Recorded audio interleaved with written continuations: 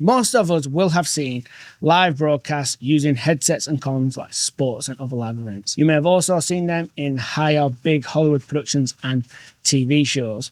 But over the last couple of years, they have been filtering down into the world of independent filmmaking. So today, I want to discuss whether it can actually be useful to use them on smaller budget controlled shoots.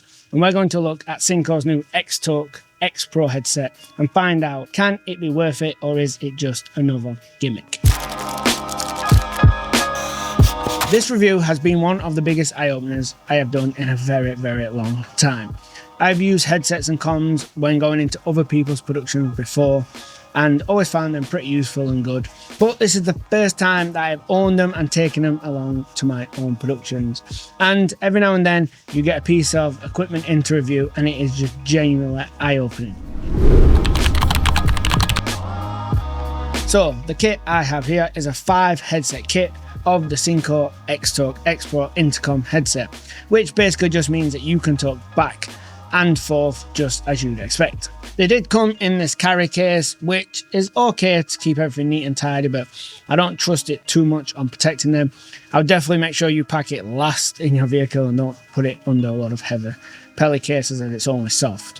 What I will say though is you can get a bigger set of these in a 9 headset, which comes with a nice hard case, and I may recase them at some point myself just to be safe. So inside the case you will get 5 headsets, you also get 5 batteries, you will get 5 chargers and also 5 cables. Something that is a really nice touch, if you have used headsets before, you will know that some people prefer like a leather cushion and some people prefer like the spongy foam cushion. And inside the kit you do get included both, as you can swap out for what people's preferences are. I'm guessing that if you chose to go for that 9 kit or the 2 kit, or you can even buy them individually, then the package just accordingly, you will get more chargers, more cables, more replacement foam, all that sort of stuff. If you've ever used any of these headsets for filmmaking before, then the build quality is really similar. The band across the top is metal, but then it has kind of a sponge surrounded by leather for the bit what's going to like touch your head, which is really comfortable. The majority of the rest of the design is plastic, which is probably a smart choice, as keeping these as light as possible is definitely the way to go. You will wear these for a very long time. Like, comfort is above everything with these, even above some of the other features we'll get to in a sec. So on the right hand side of the headset you will get kind of a leather cushion that velcros on and off in case you need to replace it, I'm guessing, and this will sit just above your ear. And also this is where the battery is replaced. It goes in and out with a little door with a latch on it. And on the left hand side is where you're going to have your actual ear cup with the speaker in it. It'll also have all your controls and 2 built-in antennas. The design here is really well done. I think it looks pretty good. There's also 4 rubber buttons on this side. One is A, one is B, which allow you to adjust all the function and features that they come with. And the other 2 are just volume up and volume down. It's pretty self-explanatory. There is also an on-off switch, which is so important. I've used these headsets before where they have an on-off button, and it's just not great. Like, you're going to be handing these headsets to people who've never used them before. You may come up with a producer for the first time, or a new crew member, a runner. You give them it and it needs to be really like intuitive. They need to understand how to use them from the get-go. Around the edge next to that on-off switch you will also find the 3.5mm jack input, which is a game-changing feature. Headsets need this feature. I would recommend to not buy headsets unless they have this, because there's gonna come a time where you are working in a multi-camera environment, or you are just running audio on your camera and also want to communicate through your headset to other people. This is where you need a 3.5mm jack. You come out of that headphone port on your camera into this, and it gives you a mix of what your microphone is picking up and also the comms from other crew members. Next to that is a USB-C port, which is always good, as I've seen headsets with like micro USB on. So that is a thumbs up for keeping that nice and modern. And then finally, on this left-hand side, you are going to have the microphone itself. It's on a swivel arm, and just like 99% of these headsets, down is unmuted and up is muted. What I will say though is that the kind of like flexy metal arm that the microphone sits on this headset is quite long. It's just, I mean, maybe like 1 inch longer than I was used to. And you can take this as good or bad. It can kind of be a bit too long, but and also there is an advantage, as one of the biggest drawbacks when it comes to using these headphones is people tend to forget they have them unmuted and down, and they'll be carrying some big heavy boxes or stands and like breathing, and everyone's just listening to the heavy breathing. This is really common, it happens all the time, and no matter how much you think you won't forget, you just get so busy or occupied that you definitely do. So where the longer arm comes in handy is you can just kind of lean it away, and you just get way less interference from breathing from crew members. And finally, to wrap up on the microphone itself, there is a little windshield to help protect that breathing, and just if you're using outdoors, wind coming on, it's not great. Obviously wind still does pass through this, but it's better to have it than not have it. And there's also a little LED which lights up, which you can visually see with your eyes to let you know if your headset is kind of powered on or run out of battery or stuff like that. So for anybody who's not used headsets and comms before, then you need to set expectations in terms of sound quality. I guess if you're expecting something that you would get from like a shotgun microphone or a lavalier microphone, it's just not going to be that high of quality. It's more similar to if you have ever done online gaming, if you've been on the PlayStation, Xbox, or something on your gaming PC, and you've been speaking back and forth. Very similar to how headsets work in the world of gaming. What I will say about the quality and sound of the mic and speakers is it is perfectly fine and usable, and for what these Xtalk Pros are, they work absolutely fine. I've used these Xtalk Pros on around 7 or 8 projects now, and I can safely give them an A to an A+. They are equal to competitors, if not better, with some of the extra features you get. I've not actually measured the distance with any kind of technology or something, but I can give you some real world examples. I was working in a department store, and we was on the 2nd level. So ground 1, and we was on the 2nd level. As always, we had forgot something in the van, a CSAN knuckle, and it was my job to go down and get it. I managed to walk all the way down the stairs, going 2 floors down, then outside of the building, and still had quite a clear direct line of communication with anyone still up at the actual shoot location. I did get some times where it would cut out if we would go like crazily far apart, but one of the things I did notice was I was quite close and I stood in an elevator. Don't know if it's to do with kind of all the walls being metal, and that would cut out. So I think in terms of distance, it's really going to judge what kind of location you're in anyways, but I can safely say that I would give these kind of an A to A+ again in terms of distance and connectivity. Synco claim that the battery life for these headsets is 24 hours of use. For obvious reasons, I've not actually tested that. I'm not about to stay awake for 24 hours and talk to someone just to test that claim. But what I can say is I've used the headsets on back-to-back shoots, which was like between 6 and 10 hour shoots, and they did not dine us. We managed to make it through both full shoots without charging. So I do tend to believe that the battery life is definitely up towards that claimed number. Something else to keep in mind as well is the batteries are removable, so you can hot swap batteries.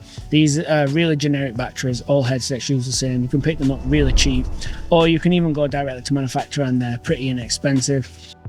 This takes me on to my first negative though, and it is that the chargers come in like 2, so they charge 2 batteries at once. They are USB-C, they do feel pretty cheap, and they charge just fine, but it's quite annoying if you did buy like a 9 kit and you had to line up all these different USB-C cables.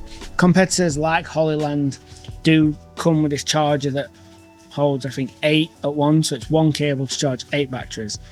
It's an easy fix though for Synco. They could just bring this out and not even include it, just sell it as an option, meaning that you do get the chargers in the case. But if you wanted that more convenient charger that probably cost a little more to manufacture, you just have to buy it, which to me would be fine. Using these headsets could actually not be easier, and I mean that like a child could use them. You simply get 2 headsets, turn them both on, and then a voice says paired or connected, I think it is, and you're good to go. And if you turn one off and turn another one on, then that one would pair. If you turn 4 on and then the first one turns off, it would just pick a new master.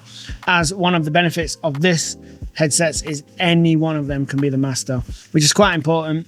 Some headsets are limited to a certain one being dedicated master, and that can become a bit confusing. Another cool feature for these Xtalk Xpros is you can divide them into groups. So you could say get all 5 headsets out. You could have 2 for a director and a producer, and the other 3 for like a grip, gaffer and an AC, all working together.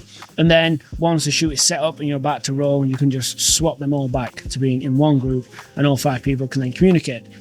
When you first pick up the kit, you'll notice that all the headsets have a blue logo apart from one, which is red. And you may think this is the master, but it's not. This feature is pretty cool and super important for when the shoot actually needs it. I have a great real world example where this would have come in really handy. I was asked to shoot a project of around 7 to 10 people, doing kind of an open conversation which had multiple cameras, I believe 5 cameras, as we wanted to make sure that we did not capture. The conversation was unscripted. It was kind of anyone could butt in and talk anytime, so we needed to make sure that we had coverage of every single person. That meant we had a director sat in a separate room with a headset on saying camera A cover 1 2 3 and camera B cover 4 5 6. Now where the red headset comes in is whoever is wearing the red headset can press the B button and mute every other headset. And this is important because if you're in a situation where you need only one person to talk and people don't talk over the top of each other, this is vital. So a person calling the angles and shots in a multicam setup can just mute everyone else, and then when the time is right, can unmute everyone else. And when you start using them, you would realize pretty quick how invaluable this feature is. And the final feature is the AEC noise cancellation. Obviously, only having one speaker, this does not work like your Sony or Apple AirPods would cancel out noise from the outside. This works almost reverse. Think more of like in DaVinci Resolve or Final Cut, the voice isolation feature. If you are stood in a noisy environment, it tries cutting away all the noise and just transmitting the voice of the person wearing the headset. And this works pretty good. It works better than I expected. I almost expected it to just downright not work, as I'm so used to tech like this not working right. But we was filming in a house party where there was probably like 20 to 30 different extras inside this kind of condo or flat. And it was really noisy and busy. And I must admit that we had no issue at all when communicating, even though it was really narrow corridors and rooms full of people. The headset worked fine, and having that little bit extra just to cut away the background noise allowed us to just speak clearly to each other and get the job done that little bit faster. In the past, this kind of technology and work has been reserved for live broadcasts and the bigger budget video production, but now it is becoming really affordable and cheaper. There is going to be a lot of kind of solo video creators or really small teams out there who have never used a headset and are thinking about if it is worth it. It's hard to get across how valuable these can actually be without just using them on a project of your own, but it comes from 2 main reasons for me. Number 1 is simply that great video is a team effort. You are never going to do this alone, and these headsets allow you to be a better team. And number 2 is you need time to do a good job. And the amount of time you can save while wearing these headsets, just the little kind of 1 minute, 2 minute, 3 minute, even 5 minutes here and there make the biggest differences. When you're kind of moving that light out of shot and then the person on the monitor can be like, yep, that's out of shot. Or whether it's just being able to broadcast a message across to 9 people across the entire set because something is missing. Has anyone seen X, Y, or Z? It saves so much time and gives you more time to do a better job. I love the Xtalk headset because it simply takes what the likes of Hollyland have been doing and bringing the price down and just makes it even more accessible at sometimes 50% less depending on which package you choose than the Hollyland. I love the idea that you can just pick up a 2 kit of the Xtalk Pro for like under $200 to get yourself going no matter what size of video crew you are. And if you want to see me in action using the Xtalk on one of my projects, watch this video here.